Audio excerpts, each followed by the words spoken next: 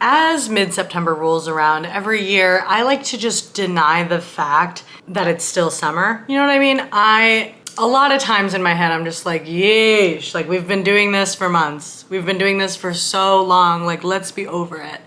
Let's move on. Give me some coffee, some sweaters, some boots, some knee-high socks. But all of that being said, I'm okay with squeezing in the last few moments of summer, at least for the next week or so. With that, I have 5 movies you need to watch before fall starts, because once fall starts, we're delving into the coziness of it all. In 5th place for summer movies, we have Call Me By Your Name.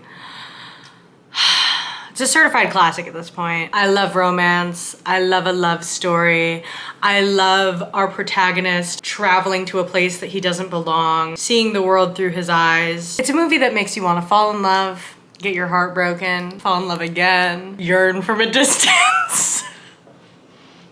Just watch the movie, okay? I know, even if you've already seen it, you need to watch it before summer ends. Number 4, Hot Summer Nights. Also with Timothée Chalamet. If I'm being completely honest, I love seeing that man on my screen. I never tire of it. I need all type of iterations of Timothée Chalamet. He just does the best job at longing and yearning. I'm sorry. Like, also, Hot Summer Nights is set in Cape Cod, which as an East Coast girly, I love seeing New England on my screen. We see a lot of LA. I feel like sometimes we exclusively see LA, you know? I want summer stories that take place in a small beach town in bum New England because it's relatable for me. Also, similar to Call Me By Your Name, Timmy Tim and his character as the protagonist is entering like a new space. And so he's taking in a lot of the environment. We're absorbing information through him in what feels like real time. I feel like I'm there. Love it. Love it. In 3rd place, American Honey. Kind of controversial for obvious reasons, but it's a very good movie. So if you have 2 hours and 43 minutes to spare, I would watch it. American Honey follows this young girl who runs away from home. She leaves her boyfriend, she leaves her kids, and she joins this like band of misfits as they travel the Midwest to sell magazines.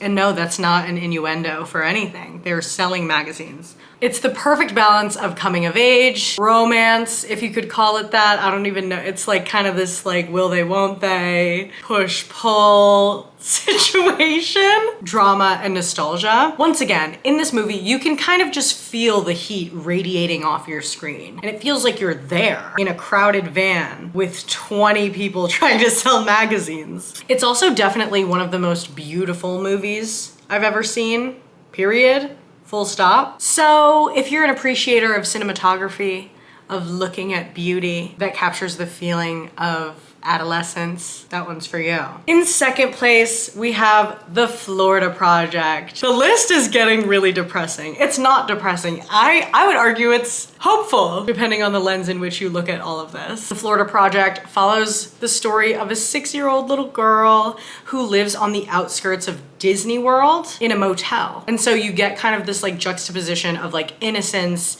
versus a stark and rigid reality of their living situation right outside the most magical place on earth. I don't know why this entire list is so upsetting. Maybe that's something for me to unpack. Regardless of that, beautiful, beautiful summer movies. I implore you to watch these before summer ends. And in 1st place, we have The Parent Trap, the Lindsay Lohan version, not the one from the 60s, though that is on my list. While some of the other movies that I've named on this list can be a little bit heavy, The Parent Trap is a classic. And like I said, even if you've seen it before, I would add this to your rotation of movies you have to watch every summer for the rest of your life. From summer camp competition to the vineyard scenes, not to mention the camping and hiking scene from towards the end of the movie.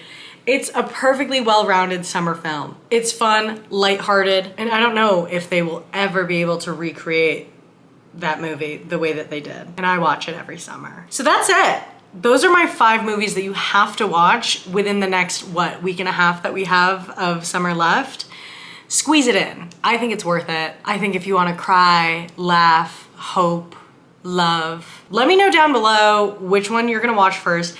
And let me know what movies that I'm missing that you definitely have in your rotation every year, because I do need to add some to my repertoire, so to speak. Also follow me on Letterboxd to see what I've been watching, because it's a fun time over there. It gets emotional, it gets highly unserious. It's a good time, I think. A few years ago, I tried to watch a movie a day, and that was like not great for my mental health.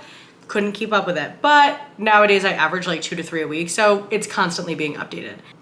That is all. Okay, see you next week. Love you, bye.